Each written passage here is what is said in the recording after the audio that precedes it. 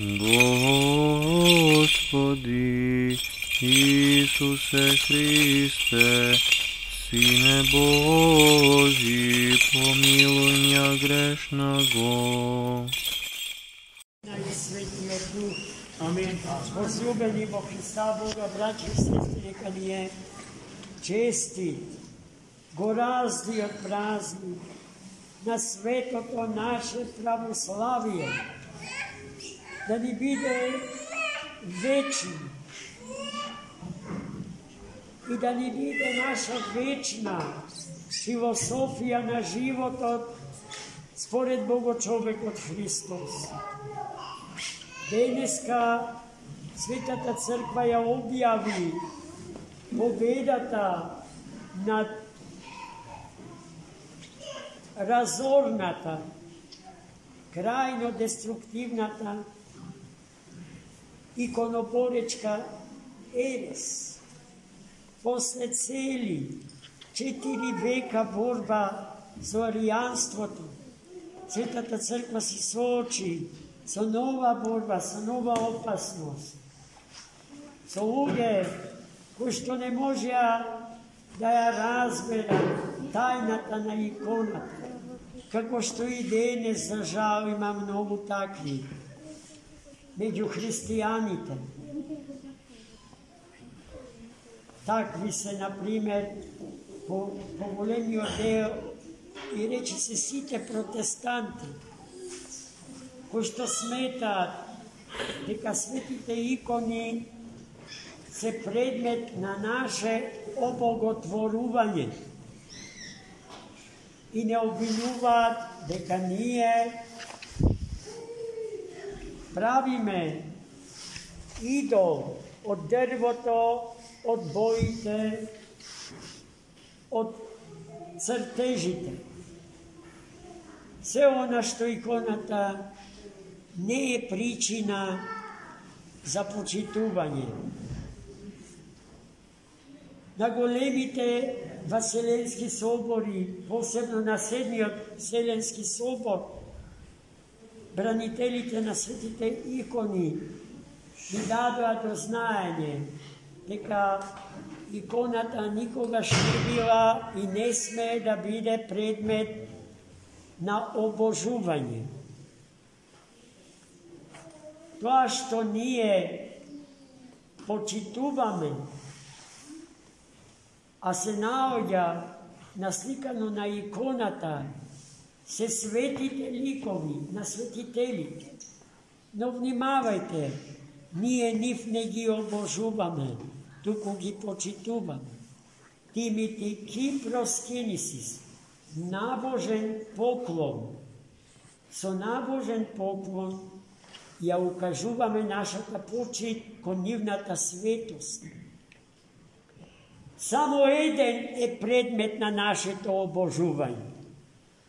И никој друг освен него, а тоа е троичниот Бог, Отецот, Синот и Духот Свет. И никој друг.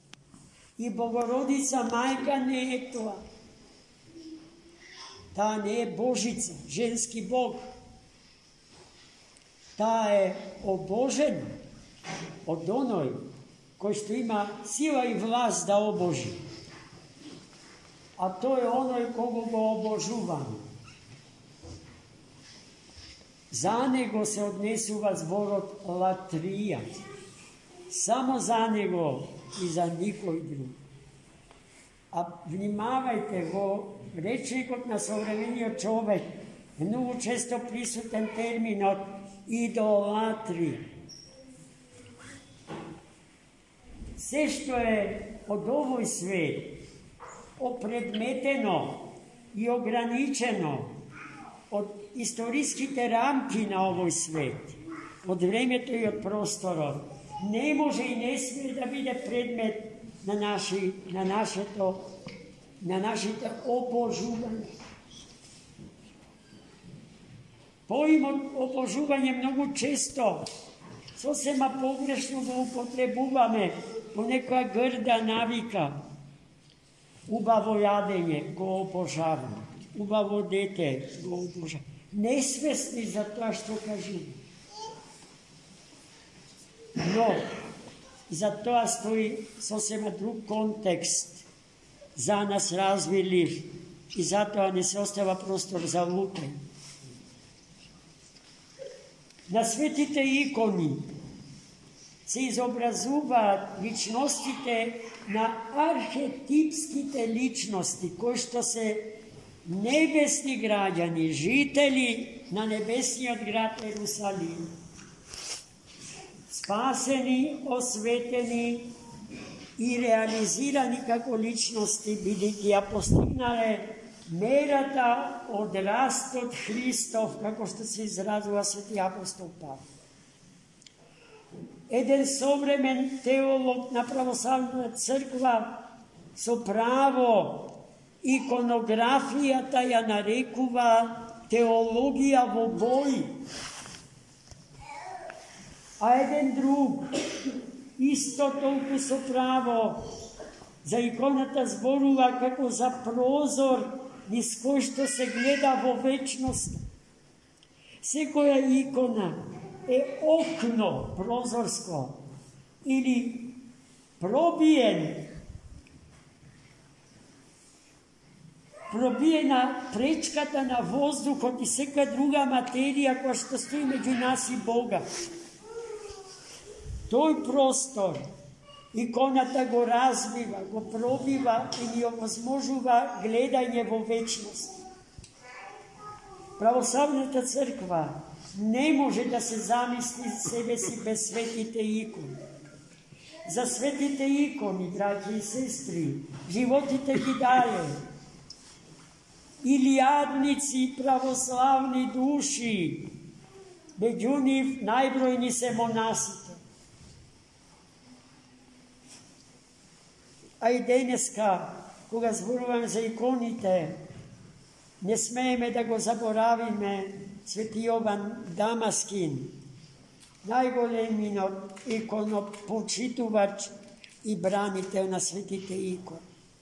Потоа светиот патриарх Тарасије, за кого што пред некој ден зборувавме.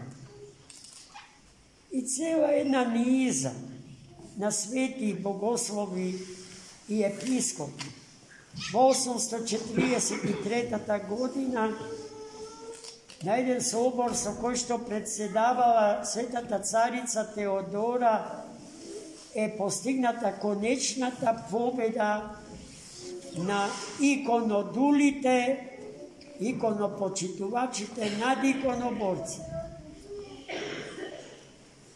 Во тој ден се напишани така наречените анатемизми, со кои што се отфарла секоја ерес, во кое време и да е создадена и од која годе човечка генерација да е создадена.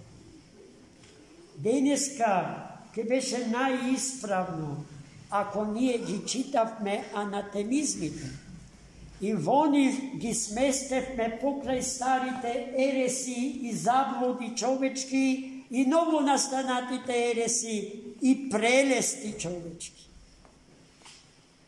Ама јас сум мрзлив, простете ми, и јас таа работа.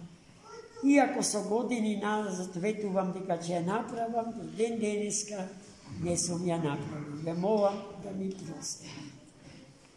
А и се она што може да се подведе под поимот ерес во однос на едната неделива, неменлива и неминлива вистина Божја е тоа. Со тоа што ние не треба да палиме клади за оние што мислат поинаку. Не треба човекот да изгори на кладата, туку лагата. А со лагата треба да се справиме по силата на љубовта и вистината.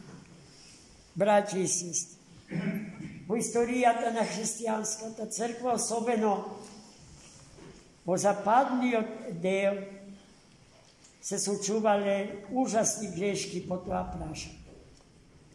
Православните не знаат заклада и нив никој никогаш за тоа не може да ги обвини. но нашите учебниците од кои што нашите деца читаат за христијанството, се преполни со обвинување, упатени кон православната црква за употреба на клади, за убивање и спалување на живи луѓе, со кои што некои луѓе во црквата не се согласува. Да, но не во православната црква, браќи и сестри. Тоа да го знаете, да сте целосно слободни од неправедните обвинувања. Православната црква секогаш се борела со силата на вистината, со силата на љубовта, со силата на безкрајната почит на другиот, за кого што сме задолжени да го сакаме како себе си.